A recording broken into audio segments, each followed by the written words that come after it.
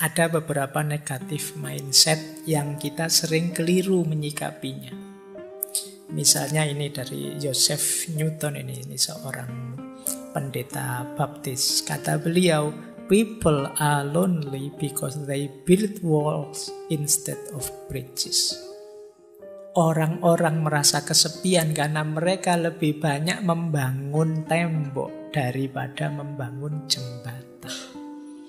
Kita sering lebih sibuk mencari jarak kita dengan yang lain, beda-beda kita dengan yang lain, sehingga kita tambah jauh dari yang lain dibandingkan jembatan. Jadi kita tidak melihat yang sama, itu kan jembatannya. Kita lebih suka melihat yang beda-beda. Sama-sama manusianya kita bedakan, ini negaranya mana dulu. Indonesia, oh berarti yang tidak Indonesia tidak masuk. Yang tidak Indonesia itu yang bule-bule itu, terus kita bedakan. Sama-sama Indonesianya masih ditanya, agamanya apa dulu? Oh Islam, berarti yang tidak Islam tidak dihitung. Sama-sama Islamnya, sebentar, organisasinya apa dulu? Nanti organisasinya sama, lu sebentar, alirannya apa dulu? Yang garis lurus apa garis jungkel-jungkel apa garis apa gitu. Kita selalu bikin tembok, tidak membuat jembatan. Itu yang membuat kita kesepian.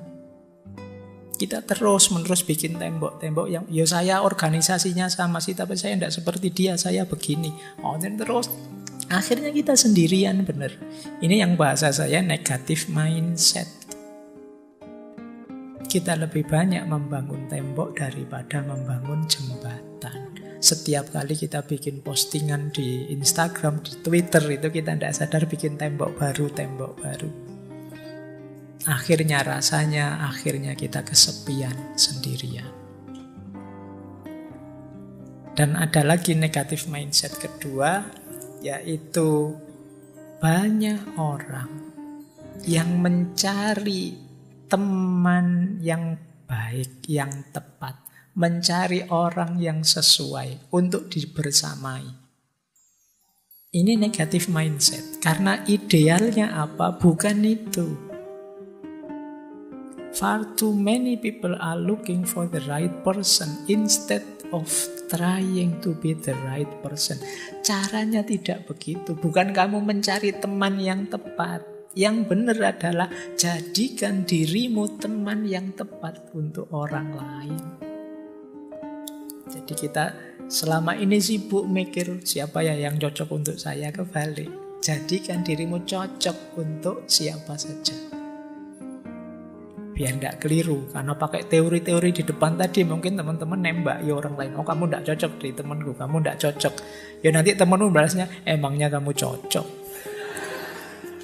Kamu juga tidak cocok buat saya. Nah berarti apa? Ayo kita berusaha mengkonstruksi diri kita agar cocok jadi pasangannya siapapun. Satu lagi terakhir. Ini ada beberapa variasi khusus dalam kebersamaan. Variasi khusus ini memahaminya harus khusus. Ada yang negatif, ada yang positif. Yang pertama yang negatif ada namanya egois. Egois itu hidup bersama tapi yang dipikir dirinya sendiri saja. Tidak bisa disebut bersama meskipun mungkin secara fisik bersama. Ini negatif. Negatif yang kedua altruis. Seorang altruis itu hidup bersama, tapi dia sama sekali tidak mikir dirinya, yang dipikir orang lain terus. Ini juga negatif. Karena we itu tidak cuma you, tapi juga I. Kalau orang hanya mikir kepentingan orang lain, tidak mikir kepentingannya sendiri, sehingga dia susah, sulit, sengsara, ya hakikatnya we gagal. Kan ada orang yang hidup berkorban demi yang lain. Dulu pernah kita kaji ini, orang-orang altruis. Ini juga variasi negatif. Ada lagi kebersamaan kompak sih, tapi dalam kejelekan. Persengkongkolan, kolusi, itu kan jelek. Makanya ada quote-nya John Trapp itu, unity without verity is no better than konspirasi. Kesatuan, kekompakan tanpa kebajikan itu tidak lebih baik daripada konspirasi. Saya kompak loh Pak, saya rukun dengan teman-teman dalam hal membohongi dosen misalnya. Nah, ini kan negatif. Yo kompak sih, kebersamaan sih, tapi negatif. Ada lagi istilahnya Al-Quran, kalau bahasa saya kayak perang dingin. Ini kalau tidak salah surat Al-Hasyr ayat 13 kalau tidak salah ya. Ada kata-kata tahsabuhum jami'an wa qulubuhum syatta. Tahsabuhum jami'an wa qulubuhum syatta itu engkau melihatnya, engkau menganggapnya kompak, bersatu. Wa qulubuhum syatta, padahal hatinya pecah belah. Ngumpul sih fisiknya, tapi masing-masing dengan kepentingannya sendiri. Bahkan ingin saling menjatuhkan. Yo, ilustrasi paling sederhana kayak orang main judi yang ngumpul bareng itu loh. Judi kartu bareng. Itu kan ngumpul orangnya. Tapi kan masing-masing ingin saling menaklukkan. Ngasih tahu yang lain aja nggak mau. Kartunya di sendiri. Pokoknya saya harus menang. Yang lain harus kalah semua. Semuanya ingin saling membunuh, ingin saling mengalahkan. Tahsabuhum jami'an wa qulubuhum syatta. Ini kebersamaan yang negatif. Ada lagi variasi khusus yang lain yang ini menurut saya positif.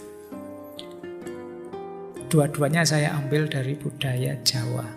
Yang pertama ada istilah topo tapi ngerame. Uzlah, zuhud, tapi di tengah keramaian. Meskipun bersama orang lain, tapi jiwaku jiwa yang zuhud. Ini namanya istilahnya topo ngerame. Bersama yang lain sih, tapi aku tidak terpengaruh dengan yang lain. Ini istilahnya topo ngerame. Ini variasi khusus dari kebersamaan. Jadi kalau kemarin kan kita bedakan secara pasti, ini uzlah, ini ikut berbaur. Tapi ada orang yang berbaur tapi batinnya uzlah. Itu kalau dalam istilah Jawa namanya topo ngerame. Atau orang yang tenggang rasa tepo seliro. Tenggang rasa tepo seliro itu mungkin tidak bareng secara fisik, sebenarnya bareng tapi demi tatanan, demi adat istiadat ya kadang-kadang harus menenggang rasanya yang lain. Tidak kelihatan kompak tapi sebenarnya kompak. Demi tepo seliro. Memang ada adat dan tradisi yang harus saya ikuti. Jadi saya rasanya berjarak dengan dia, tapi sebenarnya enggak. Unggah-ungguhnya memang begitu. Misalnya sama orang tua kalau jalan harus menunduk, kemudian ketemu cium tangan, duduknya agak merendah dan lain sebagainya. Ini kan rasanya ada jarak, tapi enggak, sebenarnya masih kompak. Hanya saja memang aturan dan unggah-ungguhnya begitu. Ini yang disebut variasi khusus. Yo, ini nanti setiap tema sebenarnya bisa dibahas satu-satu. Variasi khusus dari kebersamaan ini. Baik, saya kira itu ya materi untuk malam hari ini tentang kebersamaan. Nah, minggu lalu sudah